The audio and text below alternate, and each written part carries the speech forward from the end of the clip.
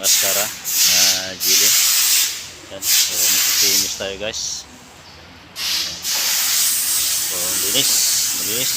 So yan, naka 40B EMS. Yan.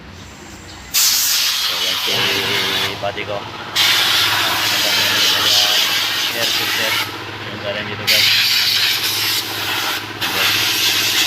So ang daming unit ngayon. So yan guys, basic lang naman guys. Kaya naman niya mag DIY kung paano magtanggal ng ating air filter sa ating Ascara. So gawin ko na natin yan guys. So ang kulan, dito yung kulan niya guys. So tinanggal na ni Balong ang guard dito sa engine, dito sa ilalim. Yan, so dito mo naman kita yung oil filter. Yan guys, ito na yung drain plug. So tatanggalin namin to, i-drain namin yan. Okay, fights long. Okay, bayang mo na yan. Masama ubos na yan. Okay, good guys.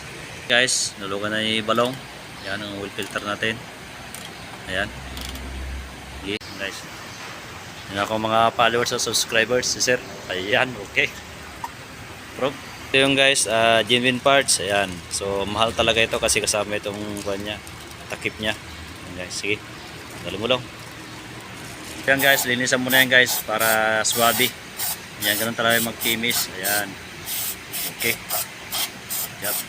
So, yan guys, filterin sa atin para sigurado tayo kasi meron pang clearance yan guys. So, ganun yung filterins na ating special tools.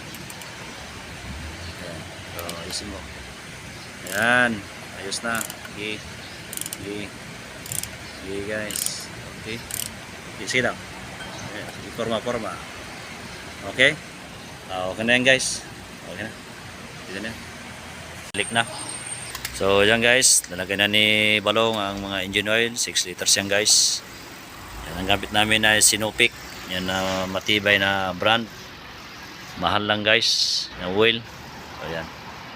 So ganoon lang guys. So yan guys, okay na. Pagkabalong dito ihap na itong pisa. Para nyo rin yung pinakamanggitan na technician namin. May Ray-Ban na. 4 yung mata. Matindi yan guys. Yan. So yan guys, mag-reset na tayo ang ating oil engine. Yan. Ayan tayo sa G-Ads. Ayan, ito yung bago. So yan, gagamitin natin ng scanner na pang malupit para sa Geely. So yan guys, dyan yung makikita. Yan o, dami pala. Tingnan natin kung meron mga active ito. Ating ina-scan na trouble code sa ating Ascara. Ayan, so mga basic lang mo to guys. Ayan. So, tagal. So ayan guys, okay na. Tingnan natin sa fault report.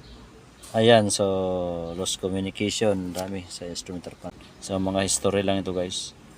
So dito na tayo sa instrumental pan cluster. Ayan, sa special function. I-reset na natin yan guys. Ayan. So kung tayo guys, nasa 10,000. Ayan guys, na-blackout na. Ayan, kusa siyang bumabalik. So ibig sabihin na-reset na yan guys. 10,000 interval kilometers. Yan. So okay na. Ganun lang po lang o sa ba? Anong nangyari? Dapat yung sa akin. O hanggang dyan. So ibig sabihin 5.6. Okay. Good job. Okay na yan. Sakto na yan. Ito yung mga bagong Lotus. Yan. Yan guys.